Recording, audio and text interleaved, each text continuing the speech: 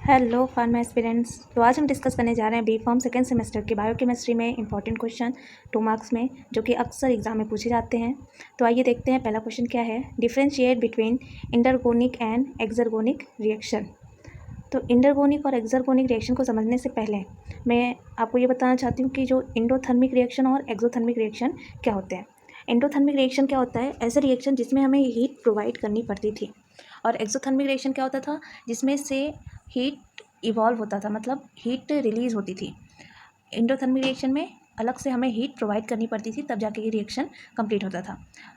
Same to same ये जो इंटरगोनिक और एक्सर्गोनिक रिएक्शन है ये भी बिल्कुल सेम है, बट यहाँ पे हीट का इन्वॉल्व नहीं होगा, यहाँ पे एनर्जी की बात की जाएगी। इसमें क्या रहेगा कि इंटरगोनिक रिएक्शन को अगर कराना है तो इसके लिए अलग से यहाँ पे आपको हीट प्रोवाइड की जाएगी, एनर्जी प्रोवाइड की जाएगी। इसीलिए इस कहा जाता है कि ये पॉजिटिव गिव्स फ्री एनर्जी देता है।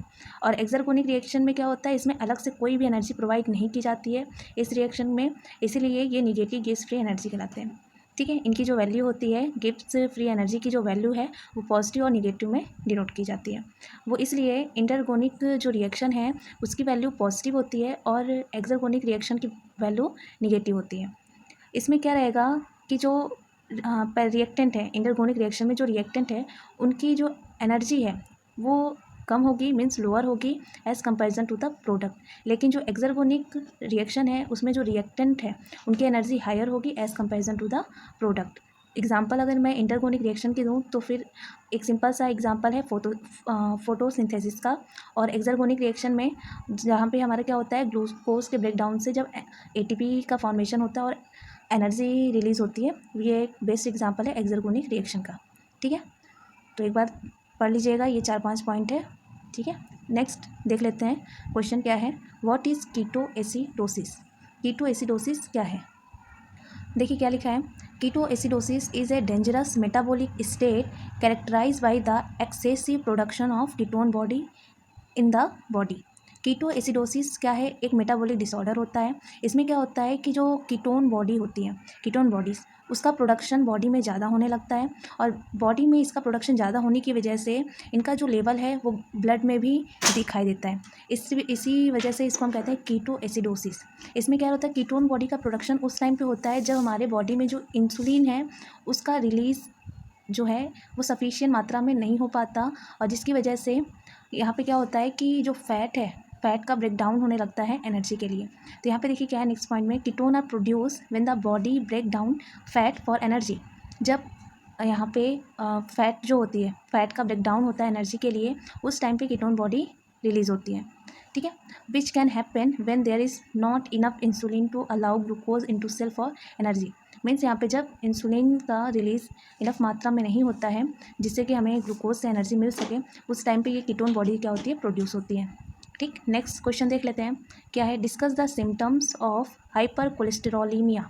हाइपर कोलेस्टेरोलीमिया क्या है? तो अगर हाइपर कोलेस्टेरोलीमिया को देखा जाए, इस वर्ड्स को अगर हम लोग तोड़ें तो देखिए क्या है, हाइपर कोलेस्ट्रॉल और ईमिया। हाइपर का मतलब होता है हाई, कोलेस्ट्रॉल मीन्स कोलेस्ट्रॉल आपको पता ही है जो कि फैट्स की वजह से होता है, और ईमिया का मतलब होता है ब्लड, मीन्स कोलेस्ट्रॉल का लेवल जब ब्लड के अंदर हाई हो जाता है इसे हम कहते हैं हाइपर कोलेस्टेरोलीमिया। ठीक है, सिम्टम्स क्या है? सिम्टम्स क्या है, देखिए जब कोलेस्ट्रॉल का लेवल ज़्यादा होने लगेगा तो ये जो हमारे ब्लड वेसल्स होते हैं वहाँ पे डिपॉजिट होने लगते हैं, जिसकी वजह से क्या होता है, जो ब्लड वेसल्स हैं उनका जो साइज़ है, मीन्स उनका जो साइज़ है वो नैरो होने लगता है।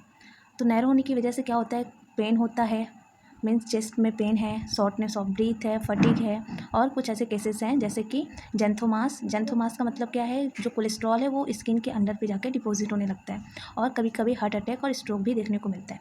ठीक, नेक्स्ट क्वेश्चन पे आ जाते हैं। What is transamination? ट्रांसएमिनेशन क्या है?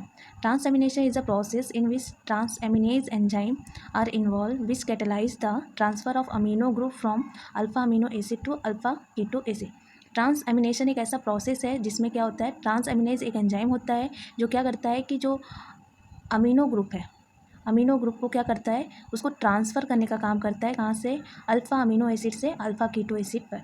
ठीक है, नेक्स्ट क्वेश्चन पे आ जाते हैं। State the biological role of carbohydrate. Carbohydrate का बायोलॉजिकल रोल क्या है, इसके बारे में आपको बताना है।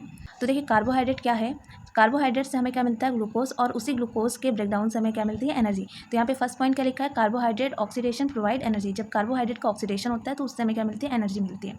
और यही एनर्जी जो एनिमल्स होता है उनमें ग्लाइकोजन के फॉर्म में स्टोर होती है, लेकिन प्लांट्स में स्टार्च के फॉर्म में स्टोर होती है। नेक्स्ट पॉइंट देख लेते हैं, कार्बोहाइड्रेट सप्लाई कार्बन एटम्स। ये जो कार्बोहाइड्रेट है ये कार्बन एटम्स को सप्लाई करता है, मीन्स कार्बन एटम्स को प्रोवाइड कराता है, जिससे कि यही कार्बन एटम से बहुत सारे बायोकेमिकल सब्सटेंस का सिंथेसिस होता है, जैसे कि प्रोटीन, लिपिड और न्यूक्लिक एसिड। नेक्स्ट पॉइंट देखिए क्या है इसमें, इससे प्राइमरी सोर्स ऑफ एनर्जी। जो कार्बोहाइड्रेट है ये हमारा प्राइमरी सोर्स होता है एनर्जी का। और यहाँ पे क्या है next point, structure building block of cell. ये क्या है, जो कार्बोहाइड्रेट है ये हमारे सेल का स्ट्रक्चर बिल्डिंग ब्लॉक होता है।